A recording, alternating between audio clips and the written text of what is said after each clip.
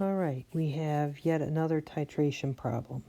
So we have some amount of a base added to another amount of an acid. All right, so we do a little bit of math, and we find we have 10 millimoles of this weak base added to 10 millimoles of a strong acid. That means we're at the equivalence point. Okay, here's one way to look at it. We can write our pre-equilibrium table. We start with 2 millimoles each of the weak base, strong acid. All of each is consumed, and what's produced is 10 millimoles of this ammonium ion. So our answer is that we have a weak acid in solution, so it's an acidic solution, and we're going to do a hydrolysis problem, or hydrolysis calculation.